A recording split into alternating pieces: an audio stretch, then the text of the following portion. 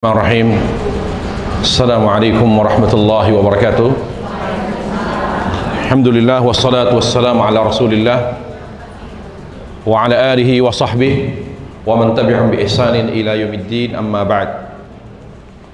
Alhamdulillah, pujian puji syukur kita panjatkan kepada Allah Subhanahu wa taala yang telah mencurahkan rahmatnya kepada kita dan memberikan nikmat terbaiknya sehingga kita bisa beribadah dan menjalankan ketaatan kepada Allah Subhanahu wa taala.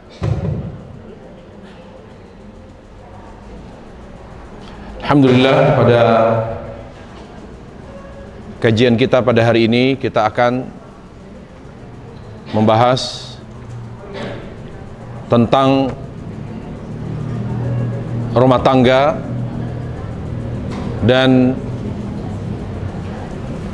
adab serta etika dalam berumah tangga. Ketahuilah para jamaah sekalian Allah Subhanahu wa taala,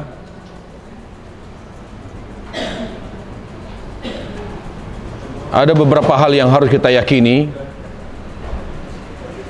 bahwa rumah tangga merupakan ibadah kepada Allah Subhanahu wa taala.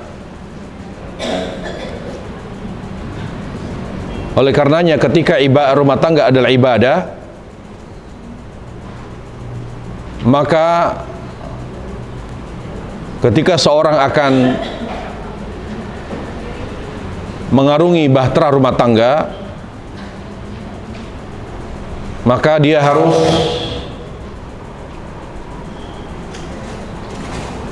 meluruskan niatnya bahwa dalam berumah tangga semata-mata karena ingin menjalankan perintah Allah Subhanahu wa taala. Nikah bukan hanya perkara mubah, bukan pula sekedar kebutuhan, namun nikah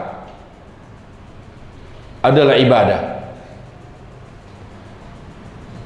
Seorang dengan menikah, dengan berumah tangga, sedang mendekatkan dirinya kepada Allah Subhanahu wa taala. Karena rumah tangga adalah ibadah, maka perhatikan dua hal. Selalu kita harus perhatikan dua hal. Yang pertama, meluruskan niat. Semata-mata berumah tangga bukan hanya untuk menyatukan dua hati yang penuh dengan cinta dan kasih sayang. Rumah tangga bukan hanya menyatukan dua keluarga, tapi dalam rangka menjalankan perintah Allah. Dan ini yang harus kita perhatikan, bahwa berumah tangga tujuannya adalah untuk menjalankan perintah Allah Subhanahu wa taala. Hal kedua yang harus kita ketahui dan perhatikan dalam rumah tangga, karena dia adalah ibadah. Setiap orang, setiap muslim yang akan dan sedang menjalani hidup rumah tangga, ia harus berkomitmen agar rumah tangganya menjadi rumah tangga yang sakinah, mawaddah, rahmah, yaitu menjalani hidup rumah tangga sesuai dengan tuntunan Rasulullah sallallahu alaihi wasallam. Apabila kita dalam berumah tangga, dalam menjalani hidup rumah tangga, namun terlepas atau jauh dari tuntunan Rasulullah sallallahu alaihi wasallam, maka akan kehilangan banyak keberkahan.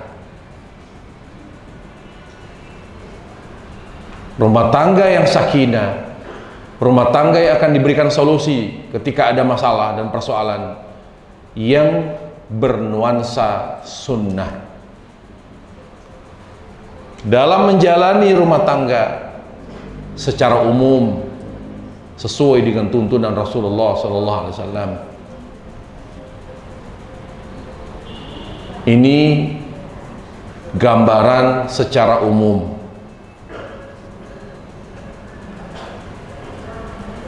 Kemudian yang perlu kita ketahui bahwa rumah tangga kalau diniatkan dengan benar,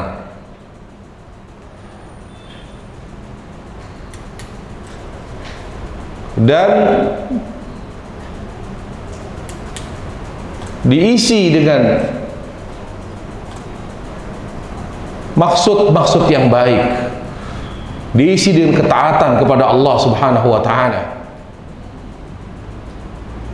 maka yang ada adalah ketenangan dan kedamaian. Terutama ketenangan dalam rumah tangga lebih banyak bersumber dari wanita.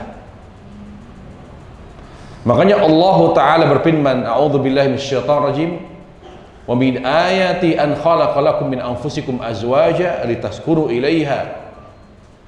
Di antara tanda kebesaran Allah, di mana Allah menjadikan kalian berpasang-pasangan. Untuk apa Allah menjadikan kalian berpasang-pasangan? Agar kalian, wahai para laki, mendapatkan ketenangan dari istrimu. Jadi yang menentukan, yang lebih menentukan ketenangan dalam rumah tangga, kesejukannya, keteduhannya adalah istri yang salihah. Ini yang disampaikan oleh Allah Subhanahu wa Ta'ala.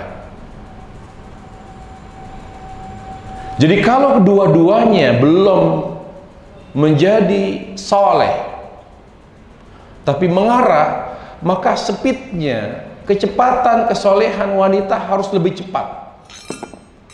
Harus lebih cepat dari istri, dari pihak wanita. Karena yang menyebabkan rumah tangga itu tenang, rumah tangga itu sejuk, rumah tangga itu teduh, penuh kedamaian, keberkahan, lebih banyak disebabkan oleh kesolehan wanita. Bisa dipahami juga dari ayat, dari hadis Rasulullah SAW. Kata Nabi alaihissalam, dunia itu indah. Ad-dunya mata', dunia itu indah.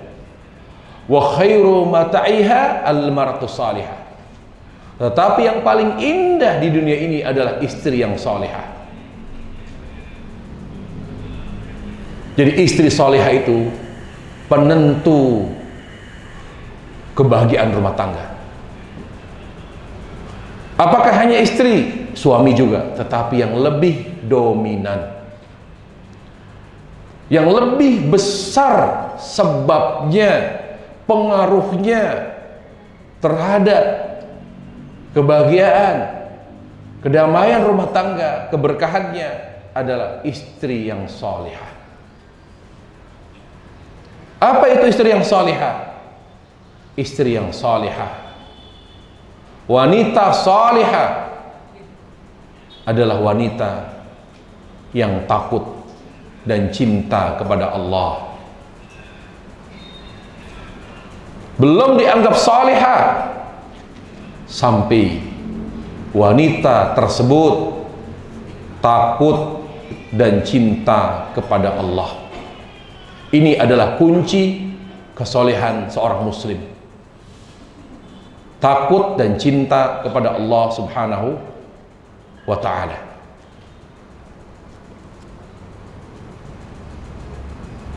Hal lain yang harus kita perhatikan dalam rumah tangga,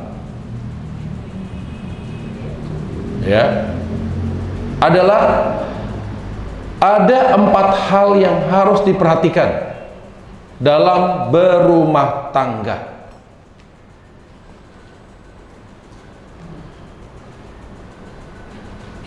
Mudah-mudahan dengan kita menjunjung tinggi 4 hal ini, menjaganya dengan baik, rumah tangga kita menjadi lebih baik. Yang pertama,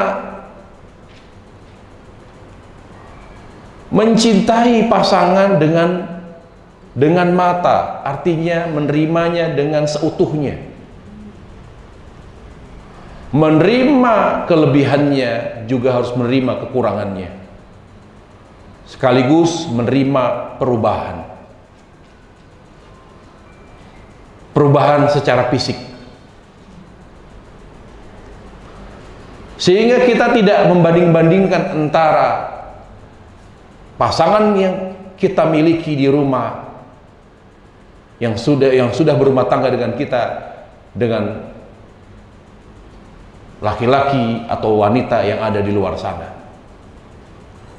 Mencintai pasangan hidup kita secara utuh, menerima, ini sifatnya physically ya, menerima kelebihannya, juga menerima kekurangannya, termasuk siap menerima ketika ada perubahan. Misal yang tadinya sehat kemudian sakit, apakah tetap setia dengan perubahan fisik istri yang tadinya agak gemuk atau berisi kemudian menjadi kurus? Nah, kalau yang dimaksud dengan cinta dengan mata, artinya dengan adanya perubahan fisik, dia tidak berubah. Yang tadinya kulitnya kencang jadi keriput, ya, atau mengkerut. Apapun perubahan pada fisiknya tidak mengurangi rasa cintanya. Itu yang dimaksud dengan cinta dengan mata. Yang kedua,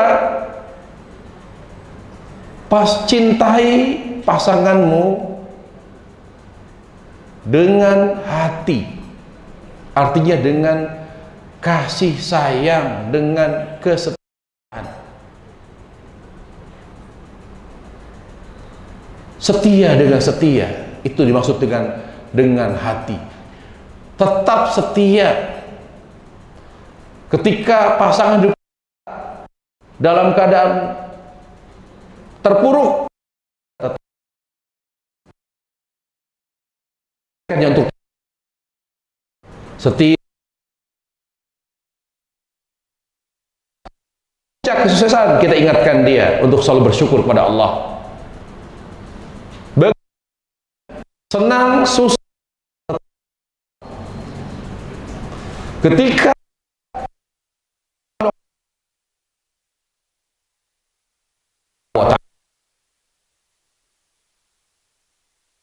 dengan hati, artinya tetap mengawal pasangan hidup kita untuk selalu dekat dengan Allah,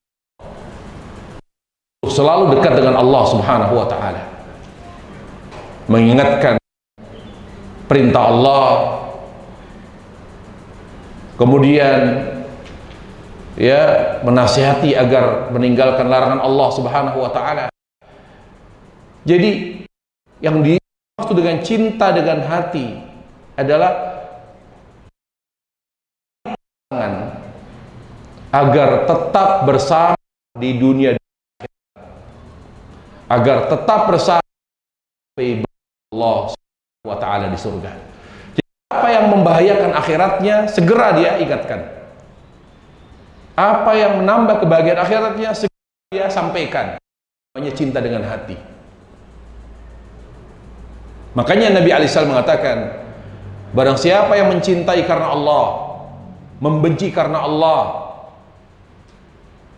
maka telah sempurna imannya. Itu yang dimaksud cinta karena Allah.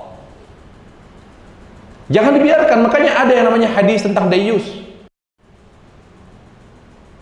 yang mana Rasulullah SAW mengancam dayus itu adalah orang yang membiarkan keluarganya melakukan perbuatan maksiat, tidak punya rasa cemburu, dan diancam oleh Rasulullah SAW dia tidak akan pernah mencium bau surga, karena dia mencintainya mencintai pasangannya karena Allah, bukan dengan hati. Kalau kita mencintai pasangan kita dengan hati, hati yang penuh cinta kepada Allah, kita akan marah kalau pasangan hidup kita melakukan perbuatan maksiat. Kita akan bahagia dan bersyukur kepada Allah Subhanahu wa taala ketika pasangan hidup kita dekat dengan Allah, rajin menjalankan ketaatan dan ibadah kepada Allah, ada kebanggaan. Ini yang dimaksud cintai pasanganmu dengan hatimu. Kemudian dalam rumah tangga, cintai pasanganmu, cintai ya pasanganmu dengan saling membantu, dengan saling membantu. Tidak ada artinya membantu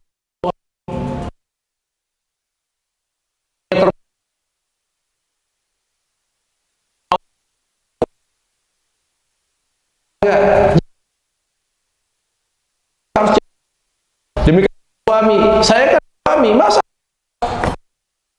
apa urusan perempuan?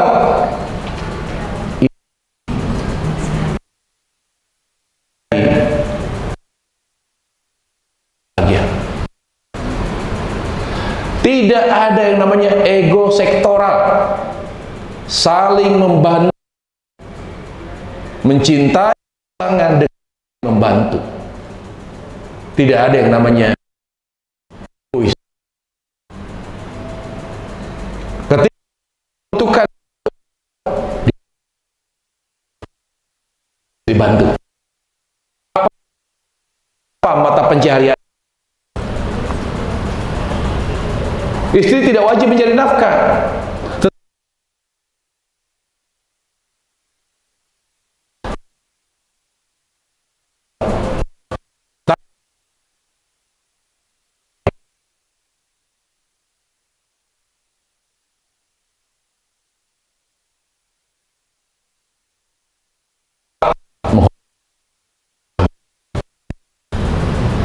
Tidak mengabaikan orang aja rendah, bahkan saling membantu. Ini kebahagiaan tersendiri. Demikian kami khilaf para ulama di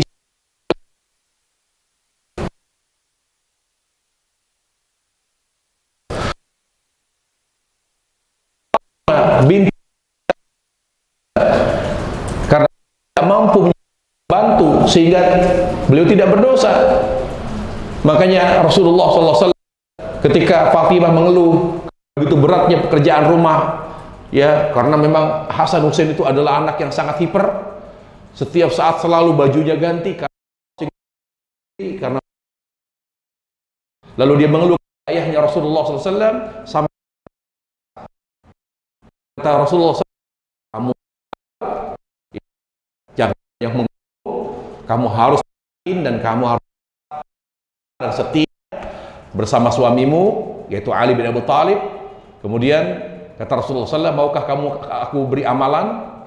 Anakku, maukah kamu aku beri amalan? Kalau kamu mengamalkannya, kamu akan mendapatkan kekuatan dari Allah melebihi seorang yang memiliki banyak pembantu. Apa itu ya wahai ayah? Kata Nabi alaihissalam, kamu sebelum tidur bertasbih 33 kali, bertahmid 33 kali, dan bertakbir 34 kali. Kalau kamu amalkan setiap malam tasbih 33 kali, tahmid 33 kali, takbir 34 kali, maka Allah akan berikan kekuatan melebihi orang yang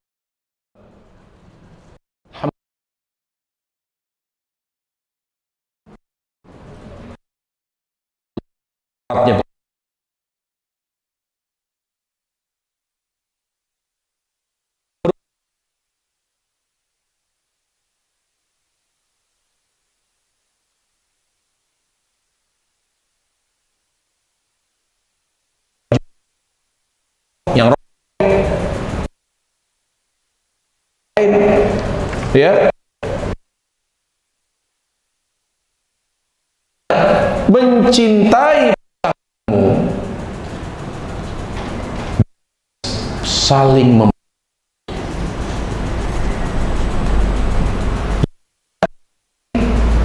itu bukan tugas laki-laki, itu juga bukan wewenangnya perempuan.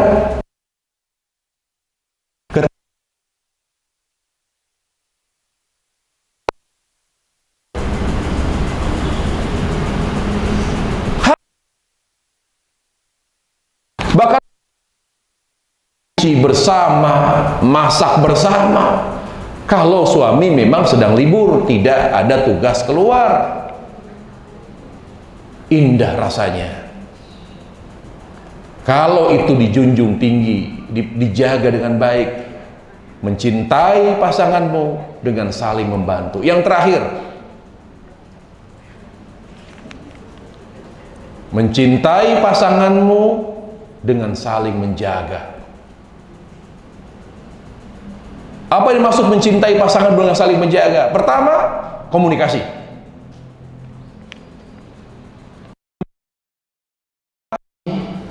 Suami istri menjaga perasaan suami menjaga kepercayaan istri menjaga kepercayaan suami dengan komunikasi. Mungkin kepercayaan, keyakinan terhadap tanpa nama mengalami pasang surut.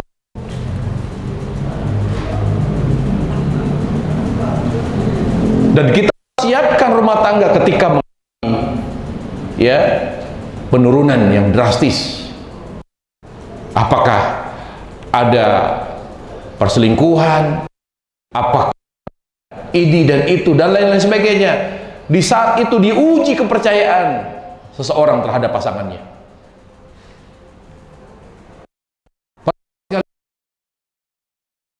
Kecil menjadi besar, persoalan kecil sepele menjadi besar dalam rumah tangga ketika tidak ada komunikasi.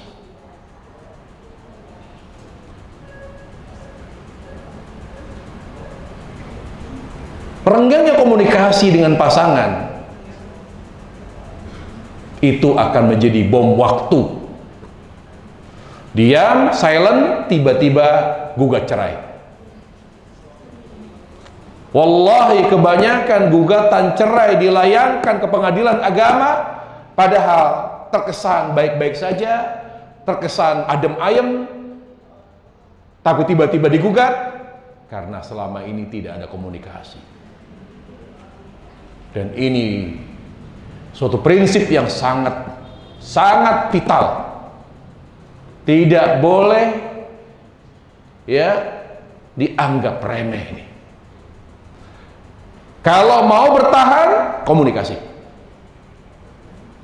Itu yang dimaksud dengan saling menjaga keyakinan dan perasaan pasangan dengan berkomunikasi.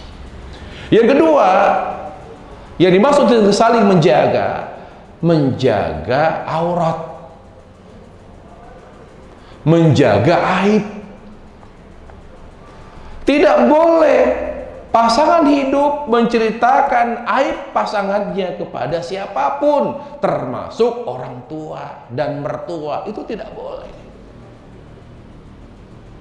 Karena rumah tangga itu saling menjaga aib. Aib siapa yang harus kita lebih jaga? Aib istri. Aib siapa yang harus lebih kita jaga? Aib suami. Tidak boleh menceritakannya, kecuali menceritakan aib pasangan karena ingin mencari solusi. kepada yang bisa memberikan solusi. Itu catatan. Sebagaimana istri Abu Sufyan, dia datang kepada Rasulullah SAW, dia cerita tentang suaminya yang pelit, yang tidak memberi nafkah dengan jumlah yang cukup. Terkenal pelitnya Abu Sufyan ini. Dia cerita, ya Rasulullah, suami saya pelit, tidak memberi nafkah secukupnya, kami bahkan kurang dari kebutuhan kami. Lalu akhirnya lihat, Nabi tidak menyalahkan wanita itu, istri Abu Sufyan. Kenapa kamu sebut aib suamimu? Nabi tidak menyalahkan. Tapi Nabi mengatakan, khudhi ma yakfiki wa auladik. Kalau memang suamimu itu pelit, ya sudah diingatkan tetap pelit, maka ambil duit dari dompet suamimu sesuai dengan keperluanmu dan anak-anakmu. Jadi saling menjaga aib. Kemudian menjaga harta. Disebut kalau Nabi SAW, seorang istri harus pandai menjaga harta suami, termasuk menjaga hartanya sendiri. Di mana ketika istri akan menggunakan uangnya sendiri, hartanya sendiri, apakah dari hasil keringatnya atau dari hasil waris orang tuanya, maka ketika rumah tangga saling menjaga, maka ketika suami atau ketika istri akan menggunakan uangnya, maka yang ideal, yang sesuai dengan etika adalah menggunakannya, tapi sebelum memanfaatkan dan menggunakannya adalah meminta izin terlebih dahulu kepada suami atau berbicara kepada suami. Kemudian saling menjaga anak, keturunan. Apa yang terbaik buat anak dikomunikasikan. Terutama yang dijaga apa? Imannya, agamanya, bukan fisiknya. Untuk apa anak disekolahkan sekolah mahal tapi tidak ada pendidikan agamanya? Rumah tangga itu saling menjaga agama, istri menjaga agama suami, pemahaman suami. Jadi kalau yang hadir di sini sudah mengerti sunnah tetapi suaminya belum paham sunnah, ingat, rumah tangga itu saling menjaga. Maka upayakan suami kita pun mengenal sunnah. Itu namanya menjaga hatinya agar lebih mengenal sunnah. Karena agama ialah yang kita bawa ketika kita kembali kepada Allah Subhanahu wa Ta'ala. Itu poin-poin yang bersifat umum sebagai muqaddimah dari bab yang ke-9. Sekarang kita masuk kepada bagaimana kita menjalankan etika. Para jemaah, tidak ada sesuatu itu indah tanpa etika. Etika itu menimbulkan kesan yang indah. Etika, adab, demikian pula adab dalam rumah tangga. Apalagi dalam rumah tangga akan langgeng, akan semakin sayang suami sama istri, istri kepada suami ketika masing-masing menjunjung etika.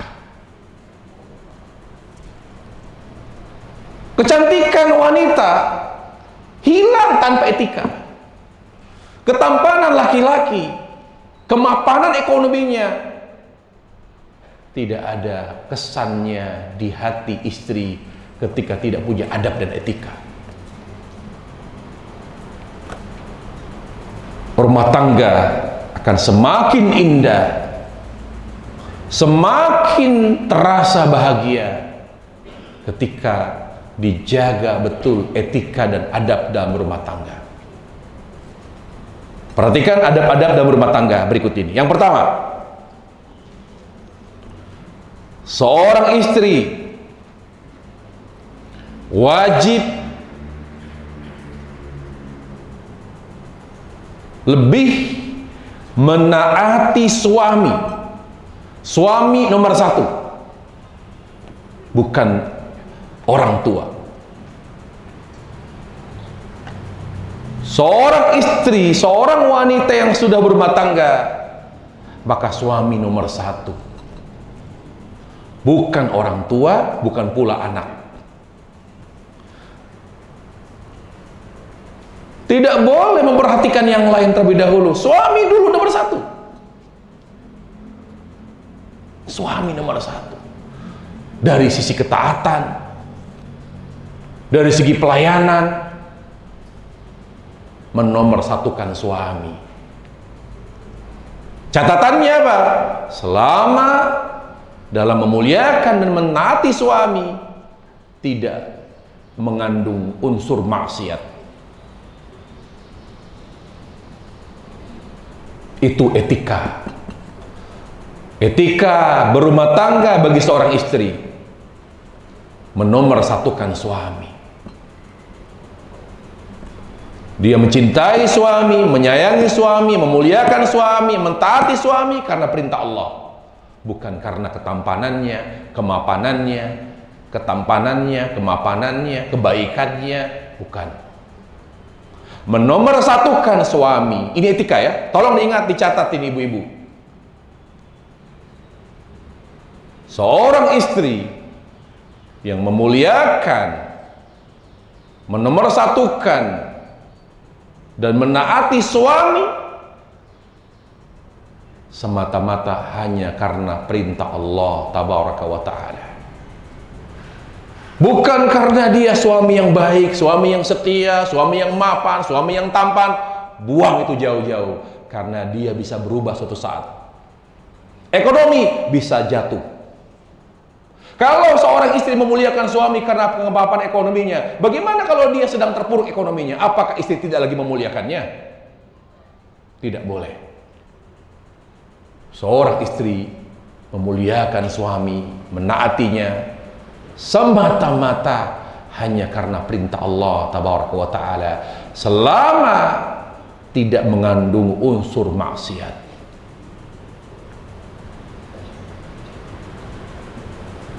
Suami nomor satu. Contoh apa? Ketika akan safar, yang pertama kali disiapkan pakaiannya suami, bukan anak. Ini yang ibu-ibu yang ketawa berarti nyiapin anak-anak dulu berarti ini. Yang pertama disiapkan pakaiannya, segala kebutuhannya adalah keperluan suami, anak belakangan. Jangan sampai semua keperluan anak dalam safar sudah disiapkan, suami masih ada yang kurang, misalnya nggak kebawa, maaf ya, pakaian dalamnya lupa kata dia, habis fokus ke yang lain dulu. Ingat, suami nomor satu. Kalau wanita belum menomorsatukan suami, diragukan kesolehannya dalam segala hal. Itu yang dimaksud oleh Nabi alaihissalam, ya, tazawwaju al-walud al-wadud, nikahi wanita yang subur dan sayang sama suami.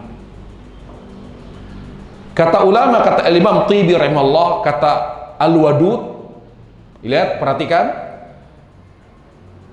di mana Nabi menyuruh kita laki-laki menikahi wanita yang subur, yang bisa memberikan keturunan kepada suaminya, dan al-wadud. Apa al-wadud?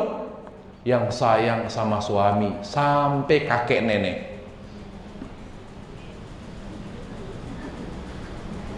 Yang sayang, al-wadud, bukan sayang kepada anak. Anak otomatis. Karena banyak wanita sayang kepada suami di awal pernikahan saja. Tapi kalau sudah punya anak, maka kasih sayangnya lebih kepada siapa? Ke anak. Mengalami pergeseran. Apalagi kalau sudah punya cucu, udah lebih parah lagi. Suaminya suruh tidur sendiri, mandi sendiri, berangkat sendiri, sarapan sendiri, nggak diurusin. Karena sibuk dengan cucu. berarti wanita itu tidak wadud. Makna wadud, sayang kepada suami sampai kakek nenek atau sampai kematian yang memisahkan mereka. Ada di sini kira-kira perempuan seperti itu? Nggak ada.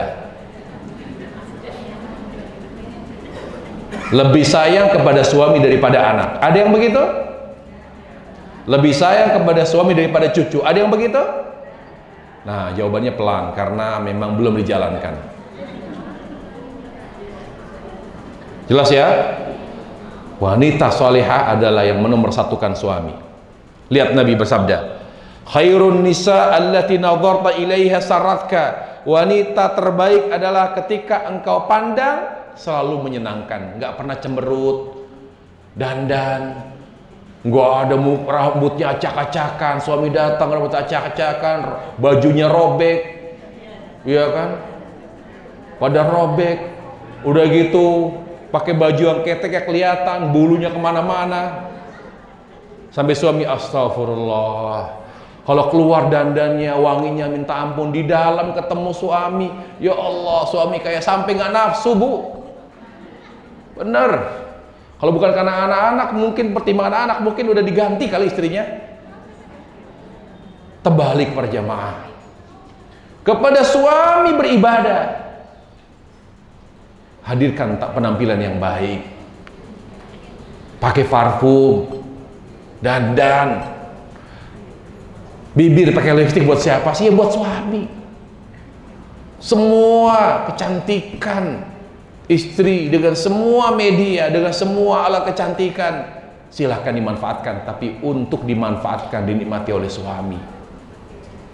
Sarroka, setiap engkau memandangmu selalu menyenangkan. Artinya apa? Istri tidak boleh cemberut. Gak boleh istri itu ditekuk mukanya, gak boleh. Minimal dia hanya diam. Kalau istri kecewa dan marah, maka dia diam. Setelah itu baru dia bicara. Apalagi ada istri yang suka melototin suami loh, Bu. Kira-kira solehah nggak istri berani melototin suami? Lihat Nabi berkata, istri terbaik adalah istri yang bila engkau pandang maka akan menyenangkanmu. Kira kalau ada istri melototin suami, menyenangkan bagi suami atau tidak? Tidak. Kalau engkau suruh selalu patuh, nurut, tidak menjawab, tidak membantah. Wa idza khifta anha hafizatka fi maliha wa nafsiha. Apabila engkau pergi meninggalkannya, maka dia akan menjaga kehormatannya dan menjaga hartamu. Kemudian etika yang kedua, ketika istri akan menerima tamu, walaupun itu keluarga sendiri, harus dengan izin suami. Tentu kalau memang rumahnya rumah sendiri. Kalau masih di rumah mertua indah ya nggak bisa, nggak berlaku itu. Ya, kalau sudah punya rumah sendiri, baik itu ngontrak atau rumah sendiri, maka siapapun yang akan masuk ke dalam rumahnya harus dengan izin suami. Harus dengan izin suami. Kata Nabi alaihissalam, la ta'adzan imra'atun bi baiti zawji illa bi'idni. Tidak boleh seorang wanita mengizinkan siapapun masuk ke dalam rumah suaminya kecuali seizinnya. Izin ada dua. Ada izin yang sifatnya khusus, di mana suami mengatakan siapapun tidak boleh masuk, termasuk orang tuamu, kecuali izin sama saya. Maka setiap ada orang tua atau keluarga atau siapapun masuk akan bertamu ke rumah harus minta izin dulu sama suami. Ada izin bersifat umum, di mana kata dia kalau keluarga nggak perlu izin, tapi kalau orang yang tidak dia kenal maka harus izin. Atau keluarga jauh yang tidak begitu dia kenal, tidak begitu dekat dengan dia, maka istri harus izin. Karena suami hanya mengizinkan orang-orang dekat, keluarga dekat yang bisa masuk tanpa izin beliau, karena beliau sudah mengizinkan secara umum. Yang ketiga, tidak menolak ajakan suami untuk berhubungan intim. Tidak ada alasan sakit, harus melayani. Alasan ngantuk, harus melayani. Alasan capek, tidak boleh, harus melayani. Alasan dingin, cuaca dingin besok pagi, kalau harus berhubungan mandinya repot karena dingin, tidak bisa.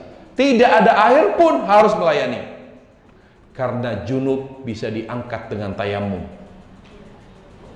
Karena junub bisa diangkat dan dihilangkan dengan tayamum. Makanya kata Syekhul Islam Taimiyah rahimahullah ta'ala, sampai dalam keadaan tidak ada air tetap wajib melayani suami. Bahkan ketika masak, matiin dulu kompornya. Lihat Nabi alaihissalam, idza arada ahadukum imratif hajat faliyati walau kana ala tanur. Apabila seorang suami mengajak istrinya untuk berhubungan intim, walaupun istri sedang masak, tolong hentikan masaknya. Biarin ikannya setengah matang dulu. Ya, sayurnya dimatiin dulu, takutnya kematangan. Dimatiin dulu, layani suami, setelah itu selesai, balik lagi ke dapur. Walaupun akhirnya makannya gak enak, gak ada masalah.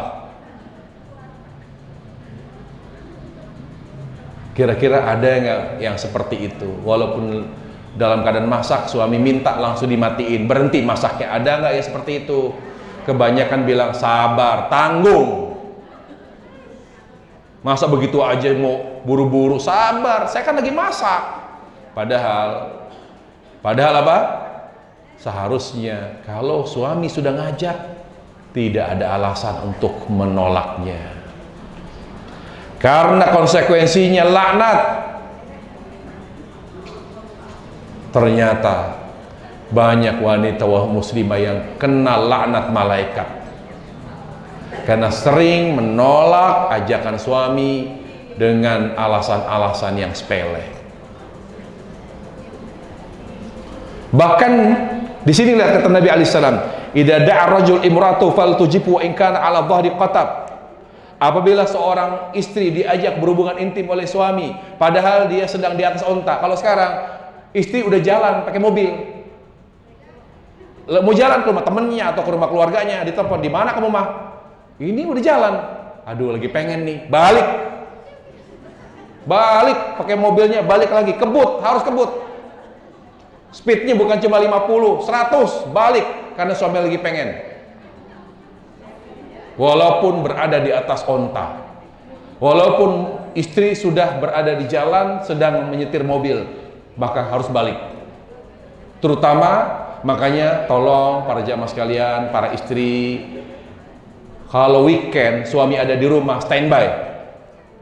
Ya, posisi standby, tidak boleh keluar kecuali dengan izin suami. Pakaian yang dipakai pun bukan pakaian biasa, tapi yang ketat, transparan, ya pada robek. Itu bagus. Jadi posisi istri di akhir pekan apa? Posisi apa? Standby. Mau dipakai nggak dipakai, pokoknya standby. Kalau istri akhir pekan, suami, tapi gini Ustaz, kalau suami saya pengangguran, tiap di rumah terus gimana? Di rumah terus sampai bosan saya ngeliat, gak kemana-mana di rumah terus. Masa saya standby terus? Ya itu resiko. Ya itu kan mungkin dia nganggur memang karena takdir, dia sudah berusaha untuk mau cari pekerjaan gak dapat. Kalau dia masih status suami, ya wajib melayani. Ya. Kemudian apa lagi? Etika dalam rumah tangga, tidak menggunakan uang dan harta suami kecuali dengan izin. Nggak boleh. Izinnya, Bang, mau izin beli apa namanya buat belanja, ternyata dia beli tas. Beli tas itu di luar izinnya, tidak boleh. Berarti dia tidak punya etika. Walaupun suami tidak marah, tapi tidak beretika. Tidak menggunakan uang suami kecuali dengan izinnya. Berapa yang diizinkan digunakan uangnya, maka itu yang dipakai. Kemudian berikutnya, seorang istri ketika memiliki penghasilan sendiri atau dia seorang wanita yang kaya, maka jangan semena-mena. Ketika dia akan menggunakan uangnya untuk beli mobil sendiri, dengan uang sendiri, beli tas, beli apa ya, beli rumah, beli kontrakan, beli tanah, beli apartemen, izin suami dalam rangka menghargai suami. Disitulah adab etika. Dia bilang, "Mas, mohon izin ya, ini ada rezeki saya, ada duit. Saya mau beli apartemen, boleh ya Mas ya?" Subhanallah, suami merasa dihargai. Jangan mentang-mentang istri punya duit banyak, dia main beli aja, beli ini tanpa ngomong. Akhirnya mungkin dia tahu, dia sadar bahwa itu duit istri, tapi merasa tidak dihargai. Ketika suami merasa tidak dihargai oleh istri, itu malapetaka. Makanya Nabi alaihissalam mengatakan, "Walaysa lil mar'ati an tantahika syai'an min maliha illa biidni zaujiha." Tidak sepantasnya seorang istri menggunakan uangnya sendiri seenaknya sementara dia sudah berumah tangga, kecuali dia ketika akan menggunakan uangnya sendiri untuk membelanjakannya untuk keperluannya sesuai dengan keinginannya, sebaiknya izin terlebih dahulu, bicara terlebih dahulu dengan suaminya. Supaya apa maksudnya? Supaya suami merasa lebih dihargai. Kemudian apa? Selalu setia dan sabar melayani suami, setia.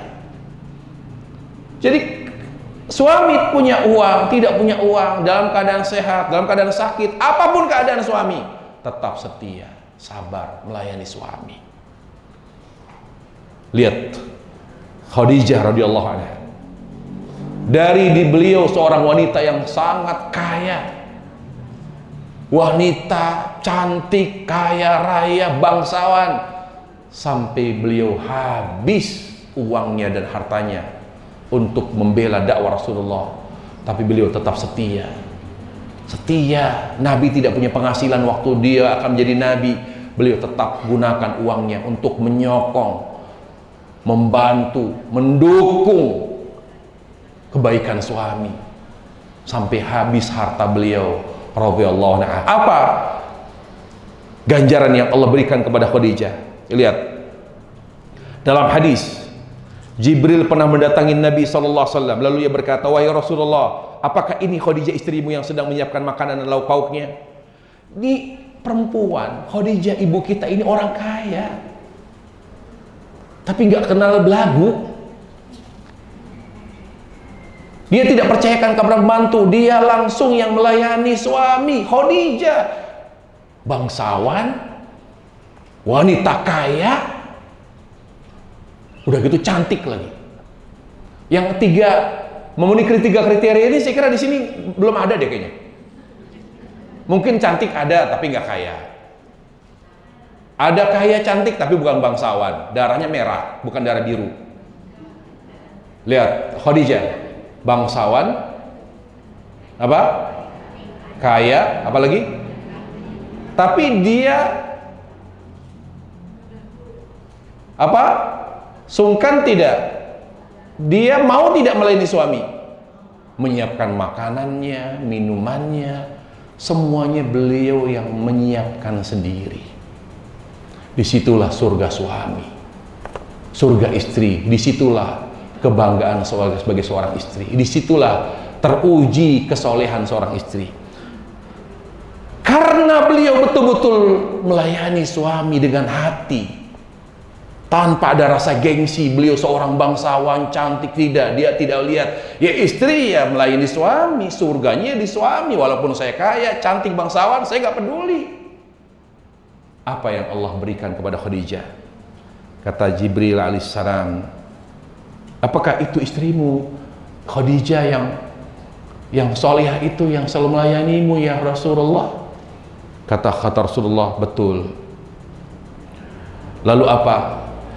Kata Jibril, "Bila ia menghampirimu, membawakan lauk, bawakan minum buat Rasulullah, pada saat dia menghampirimu ya Rasulullah, tolong sampaikan kepada istrimu yang solihah itu bahwa Allah titip salam untuknya. Allah titip salam untuk Khadijah." Pertanyaannya, apakah Allah hanya mengucapkan salam kepada Khadijah? Apakah Allah Jalla wa'ala hanya menyampaikan salam kepada Khadijah, tidak berlaku pada wanita lain, tidak berlaku pada wanita yang ada di sini? Berlaku, Ibu. Allah Ta'ala akan merahmati, akan menyampaikan salam kepada semua wanita yang betul-betul melayani suami. Hebat wanita itu kalau setia melayani. Diurusin, suami diurusin betul, dilayani.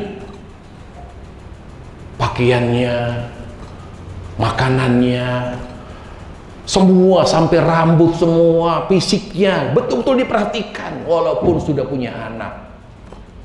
Dia repot dengan urusan anak, tapi tetap suami nomor satu. Dia tidak akan membiarkan suami keluar ada yang tidak rapi dari pakaian dan penampilan suami. Betul-betul suami dilayani, lahir batinnya dilayani. Inilah kebanggaan tersendiri bagi seorang istri. Melayani apa? Lahir batin, luar dalam. Inilah yang dilakukan oleh Khadijah radhiyallahu anha. Ayolah tiru ibu. Ya akhwat sekalian, tiru Khadijah. Makanya Nabi tidak memikirkan poligami. Ini ada istri enggak seperti Khadijah, kayaknya enggak, cantiknya enggak, bangsawan juga enggak, tapi tidak rela dipoligami. Suami itu, saya kasih tahu ya, laki-laki itu kalau sudah nyaman sama seorang istri yang soleha dengan pelayanannya, dia hanya lirik tapi tidak mikir nambah, Bu. Percaya atau tidak? Saya ulangi, laki-laki kalau sudah nyaman dengan istrinya yang betul-betul melayani secara total, melayani luar dalamnya, lahir batinnya, secara normal laki-laki hanya melirik wanita lain yang cantik, tapi tidak berpikir untuk nambah itu.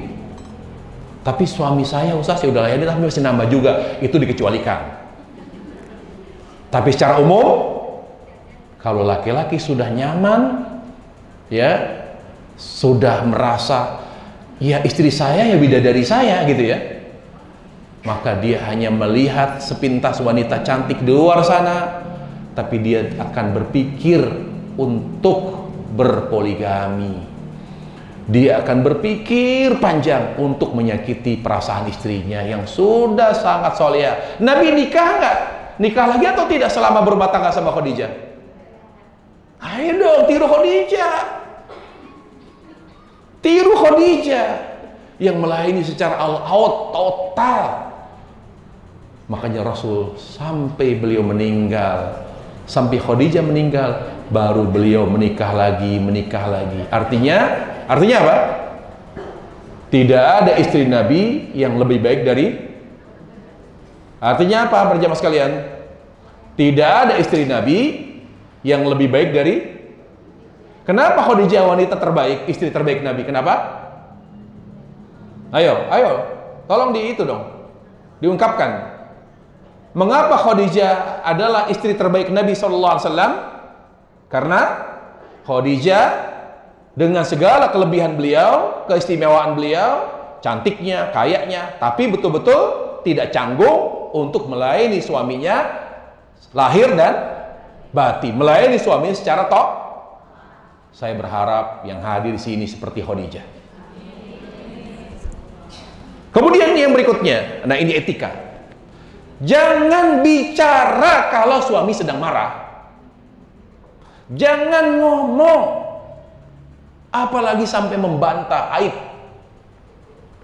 Kalau suami sedang marah, diam. Perempuan sekarang jarang yang seperti itu. Kalau saya izinkan boleh, kalau saya diizinkan, saya mau jahit mulut perempuan. Kalau suami sedang marah, diam. Jangan ngomong, jangan bicara, jangan dijawab, apalagi dibantah. Tidak boleh. Paham etika itu? Bisa dimengerti atau tidak?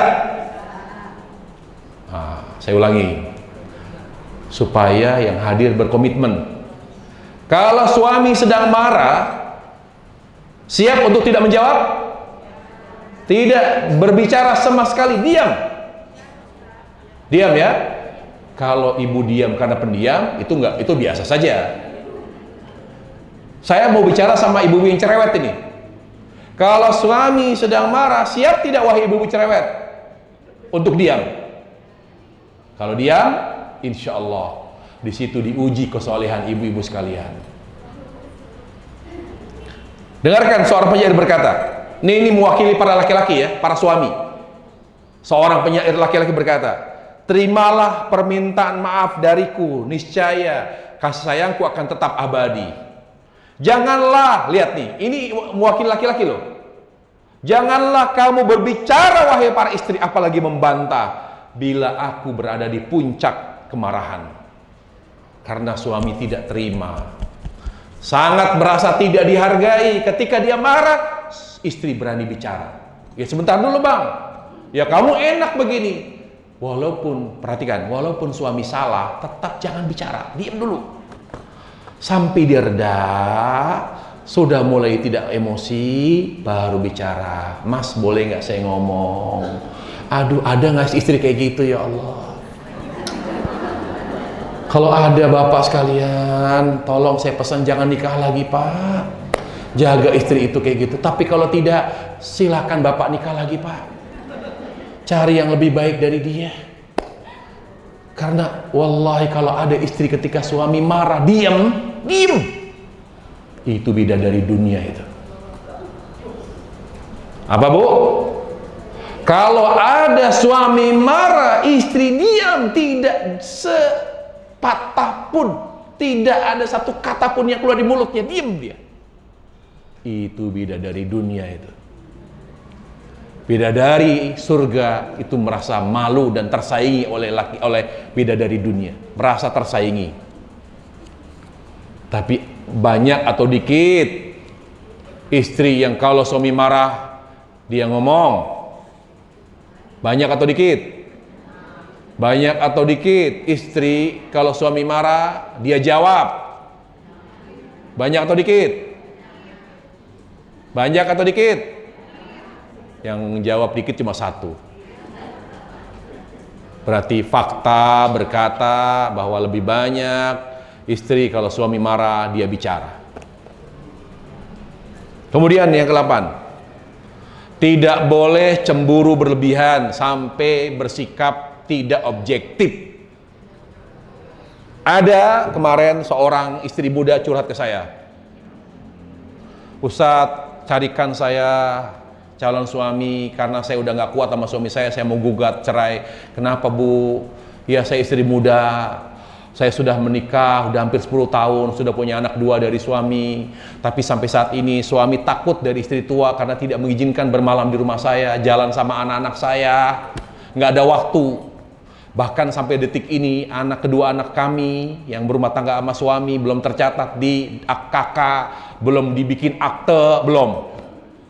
Karena saking takutnya suami sama istrinya. Saya bilang, istrinya, bu, udah ngaji, sudah ngaji sunnah Ustadz.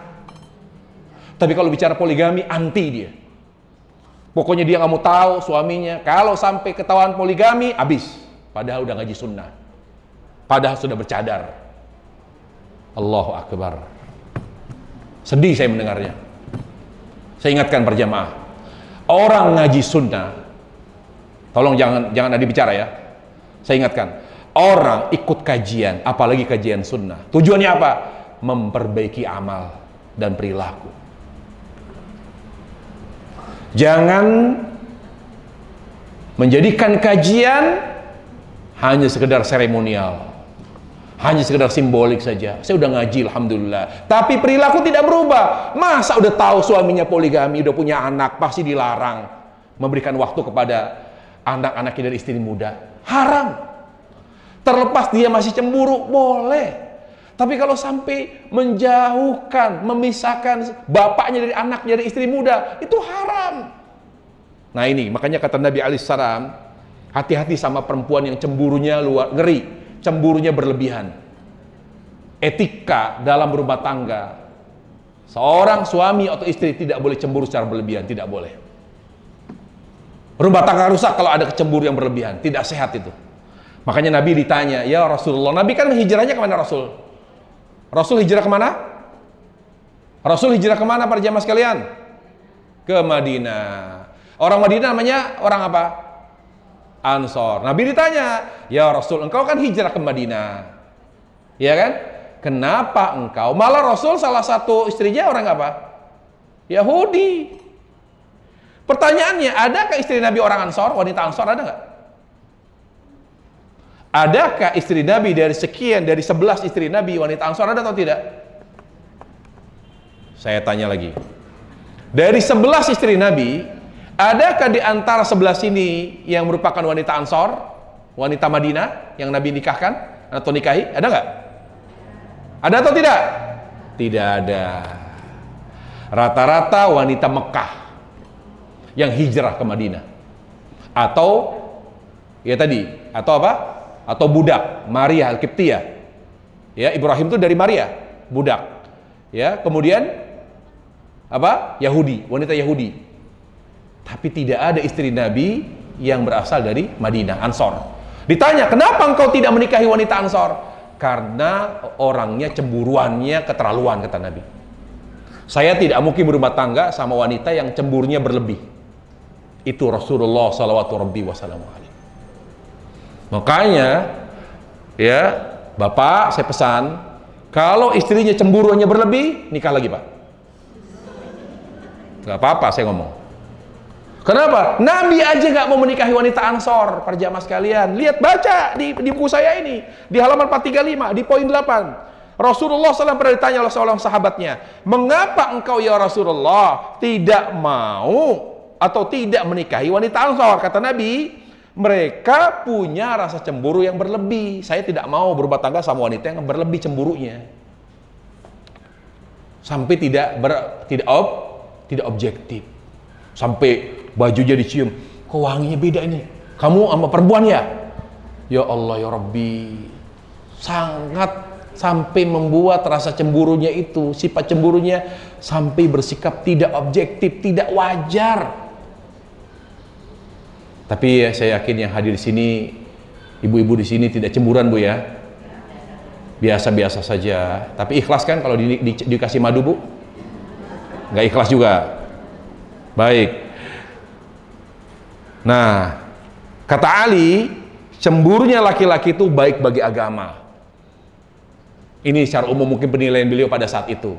Tapi beliau melihat pada saat itu, cemburunya wanita itu berbahaya dan mendekati kufuran, kata Ali. Karena lebih banyak yang tidak bersifat objektif, ya. Kemudian ini kita mau tekankan istri dulu, ya. Nanti pada saatnya kita akan kritik suami, bagaimana suami ideal. Jadi sabar. Takutnya ada jamaah, kok dari tadi istri melulu, suami kapan gitu, ya. Sabar. Itu nanti part kedua. Ini part pertamanya adalah istri dulu. Kemudian yang 9, suka menghibur gitu, jangan pasif. Ketika suami dalam keadaan sedih, dalam keadaan terpuruk, dalam keadaan stres, gelisah, masuk di situ istri. Kenapa, Mas? Jangan diem, jangan pasif, hibur. Ya, beri dia motivasi, beri dia nasihat. Ini istri yang Masya Allah, 1 seperti 4 para jamaah sekalian.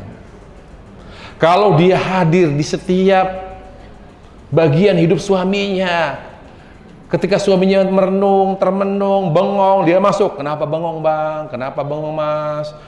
Kenapa? Ada masalah apa? Kasih masukan, kasih solusi, beri dia semangat, beri dia motivasi. Jangan diem, jangan cuek, malah nyalain. Kenapa? Iya, ini tahu lagi sepi, makanya jadi suami jangan bego, cari duitnya pinter. Suami dibego-begoin, astagfirullahaladzim. Makanya kalau suami itu begini, para jamaah, istri itu harus pandai memberi motivasi. Lihat Nabi, setelah beliau pulang dari Gua Hira, mendapatkan wahyu, lalu beliau cerita, dicekek, ya, dibekep, dipeluk dengan erat oleh Jibril sampai dia tidak bisa napas, lalu disuruh baca sampai turun kepada beliau surat Iqra, Al-Alaq, Iqra bismi rabbika, lalu dia turun, ya, dengan penuh kecemasan, dengan penuh ketakutan, ya, dan juga lelah, letih karena baru turun dari gunung. Kemudian baru sampai ke rumah, Khadijah melihat Rasul pucat pasi wajahnya, kemudian dalam keadaan kelihatan capek dan ketakutan. Dia tidak tanya, kenapa, ada apa, kenapa suamiku? Tidak tanya, diam. Ini adab seorang istri. Kalau suami baru pulang, jangan ditanya, diam, layani. Khadijah tidak banyak bicara, tidak bertanya, diam. Langsung beliau melayani apa yang diinginkan suami. Apa kata Nabi? Zammiluni, zammiluni, selimuti aku. Beliau kedinginan, ketakutan. Lalu Khadijah menyelimutinya, ditinggal Khadijah. Mungkin pada saat itu tidak ada keterangan, memang tidak ada keterangan apakah Khadijah menyiapkan minum atau tidak, tapi tentu secara kalau beliau adalah seorang wanita salihah, tentu beliau akan menyiapkan minum dan sebagainya, sampai Rasulullah SAW kembali seperti semula. Setelah kembali seperti semula, Khadijah tidak berani bicara, diam. Beliau hanya menunggu Rasul yang mulai bicara. Setelah itu Rasul mulai bicara. Beliau tidak mengejar Rasulullah. Kenapa engkau seperti ini? Ada apa? Apa yang terjadi? Tidak dikejar. Beliau pasif. Karena itu adab seorang istri. Sampai Nabi alaihissalam memulai bicara, lalu kata Nabi, saya baru saja, laqad ja'ani namusul akbar, telah datang kepadaku seorang makhluk yang besar yang telah mendatangi Musa, dan saya dibekap, saya dipeluk erat dengan kencang sampai saya tidak bisa bernapas. Setelah itu saya dilepas, lalu saya disuruh baca Iqra, lalu saya katakan ma'ana biqari, saya tidak bisa baca. Kemudian dibekap lagi dengan kencang, dipeluk lagi dengan begitu kencang dan erat sampai saya tidak bisa bernapas. Lalu setelah itu dilepas lagi, lalu saya diperintah untuk membaca Iqra, dan itu terjadi 3 kali. Dan saya betul-betul panik, takut, bercampur-campur perasaan saya. Saya khawatir akan nasib dan keadaan saya setelah mengalami ini. Apa kata Khadijah? Wahai suamiku, ini di sini peranan seorang istri. Wahai suamiku, la yukhzikallah abada.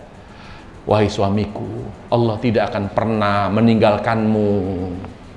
Allah tidak akan pernah membiarkan dirimu sengsara. Wahai suamiku, engkau orang baik, suka bantu orang susah, suka bantu anak yatim, suka menjamu tamu.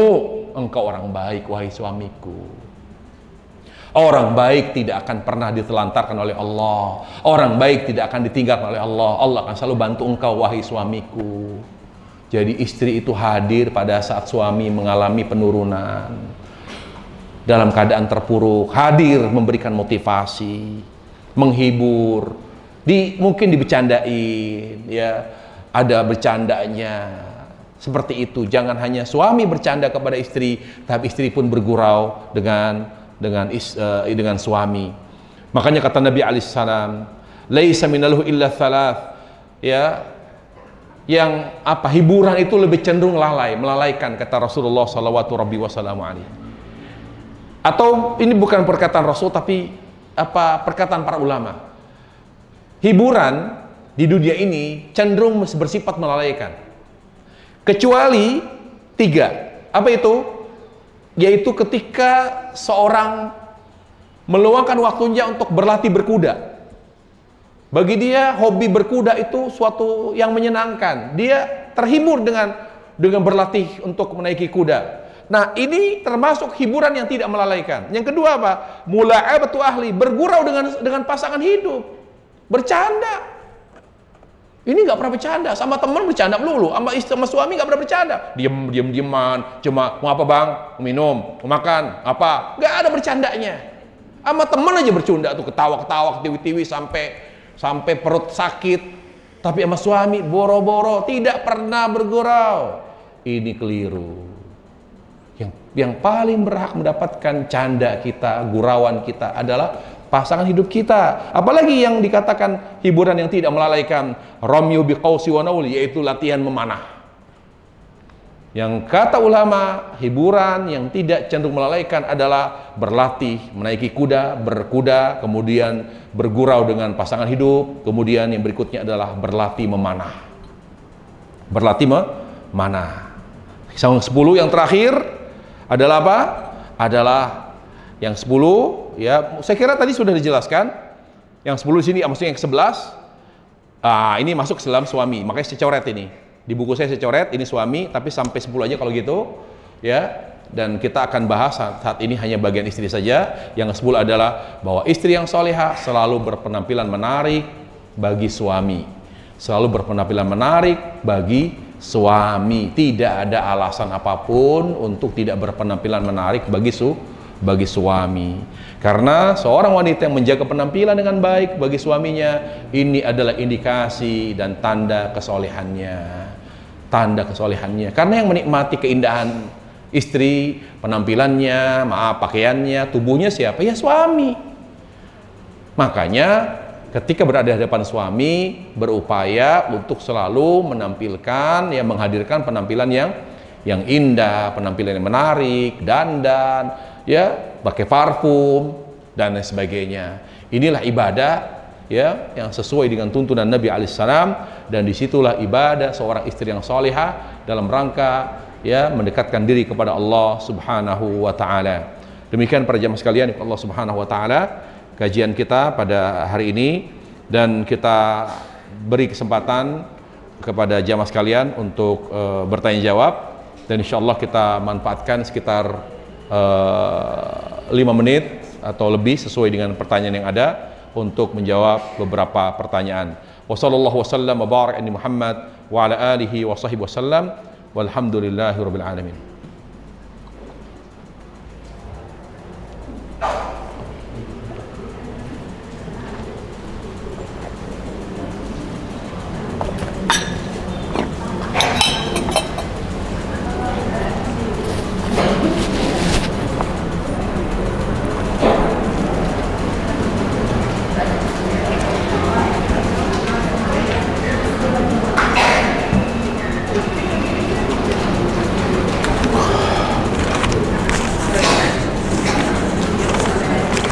Ini nanti apa namanya, kajian kita ini sejak kajian lalu dan hari ini sudah masuk di ke medsosnya DRB para jamaah ya, juga YouTube-nya kita punya channel khusus sekarang DRB. Nanti silahkan di di subscribe atau di jadi pantau terus, ikuti terus. Insya Allah kita akan tampilkan video-video terbaru. Ya, dia juga di TikTok ada, kita di Facebook ada. Nanti tinggal tinggal di follow ya. Kalau di YouTube tinggal di subscribe atau di like ya. Nanti insya Allah akan kita kirim ke koordinator. Nanti koordinator bisa kirim ke semua jamaah. Termasuk tanya jawab ini kita akan masukkan ke video singkat insya Allah. Kita akan buat video singkat. Ustadz, apakah zakat perhiasan harus dikeluarkan? Naam. Terjadi khilaf di antara para ulama tentang hukum zakat perhiasan. Ya. Tetapi yang sahih dari pendapat ulama, zakat perhiasan adalah ada. Artinya wajib dikeluarkan. Kenapa? Karena dia termasuk jenis harta yang dizakatkan, yaitu emas. Jadi ketika dia adalah perhiasannya emas, tidak semua perhiasannya. Kalau intan, berlian, dia tidak perlu dizakatkan. Tapi kalau perhiasannya terbuat dari emas, perak, maka wajib dizakatkan. Karena jenis hartanya adalah jenis harta yang harus dizakatkan. Jadi tidak semua perhiasan harus dikeluarkan zakatnya. Yang dikeluarkan zakatnya adalah perhiasan yang berupa harta yang wajib dizakatkan seperti emas, perak, begitu. Nah, itu seperti itu. Berapa yang dikeluarkan? Ya tetap 2,5%. 2,5% dari semua nilai perhiasan emas atau perak. Begitu. Wallahu taala alam. Ustaz, bolehkah saya mendoakan keburukan untuk orang kafir supaya azabnya dilipat gandakan oleh Allah karena memfitnah saya belasan tahun yang lalu dan orang-orang masih mempercayainya? Boleh. Mendoakan keburukan bagi orang kafir boleh. Boleh. Tetapi mendoakan kebaikan, mendoakan hidayah itu jauh lebih baik. Ya, mendoakan keburukan bagi orang kafir itu boleh. Ya. Tetapi mendoakan kebaikan, mendoakan hidayah kepada orang kafir yang zalim itu jauh lebih baik. Dan itu telah dicontohkan Rasulullah SAW. Ya, di mana Nabi SAW mendoakan penduduk Taif untuk mendapatkan hidayah, padahal mereka yang menimpuk Rasulullah SAW, melempari batu Rasulullah SAW. Tapi apakah Nabi SAW mendoakan keburukan bagi penduduk Taif yang telah melempari batu beliau? Tidak. Beliau Sallallahu Alaihi Wasallam berkata, Allahumma hdi qaumi, ya Allah beri mereka hidayah. Ya Allah beri mereka hidayah karena mereka tidak tahu, mereka tidak mengerti. Jadi sebaiknya, idealnya, afdolnya Kita selalu mendoakan kebaikan, mendoakan hidayah. Kepada siapa? Kepada orang kafir maupun orang Islam yang zalim. Kemudian terakhir, kalau selesai wudu lalu mukanya dilap dengan tisu boleh? Boleh dilap, tidak ada masalah. Yang penting pada saat wudu airnya merata ke seluruh anggota wudu. Setelah itu mungkin takut netes ya, basah membasahi lantai atau apa, lalu dilap boleh, walaupun tidak dilap pun lebih afdal menurut sebagian ulama. Karena saya bahas di sini dalam buku ensiklopedia tentang wudu bahwa Nabi itu jarang mengelap ya, jarang melap atau mengeringkan anggota wudu yang basah setelah berwudu. Nabi itu jarang mengeringkannya atau mengelapnya begitu ya. Kemudian jika dia lagi di luar tidak ada keran wudu, lalu adanya wastafel, saya wudu di wastafel, lalu di bagian kaki saya usap dengan bagian atasnya, boleh. Bahkan orang Saudi itu tidak pakai keran, pakainya wastafel dia. Budaya di Saudi, kalau wudu di rumah makan, wudunya di wastafel. Wudunya di wastafel. Sampai level syekh pun wudunya di wastafel, kecuali ada keran ya. Jadi nggak ada masalah, itu kembali ke budaya masing-masing. Kalau memang perlu diangkat lah, saya aja kalau di stasiun di Madinah ya, kalau di stasiun di Madinah kereta, ya wudunya di mana pasti itu, wudunya pakai kaki saya diangkat begitu. Dan itu biasa budaya. Tapi kalau di sini misalnya itu bukan budaya dan termasuk nggak pantas, ya mungkin kita tidak angkat kaki kita ke wastafel, kita wudu sampai telinga aja dan rambut, kemudian kaki ya kita basahin. Tangan kita kebasahin, kita basahin kaki kita ratakan air ke seluruh anggota atau bagian kaki kita sampai mata kaki. Tapi intinya wudu dari wastafel tidak ada masalah. Ya, yang penting menghemat airnya, ya diratakan ke seluruh anggota wudu, jangan ada yang tidak terkena air. Ya, berwudu sesuai dengan wudu Rasulullah Sallallahu Alaihi Wasallam. Demikian kajian kita, mudah-mudahan bermanfaat dan semoga Allah Subhanahu wa taala memberkahi kajian kita pada hari ini. Wassallallahu wasallam wa baraka ala Muhammad wa ala alihi wasallam. Subhanakallah bihamdika asyhadu an la ilaha illa anta astaghfiruka wa atubu ilaik. Assalamualaikum warahmatullahi wabarakatuh.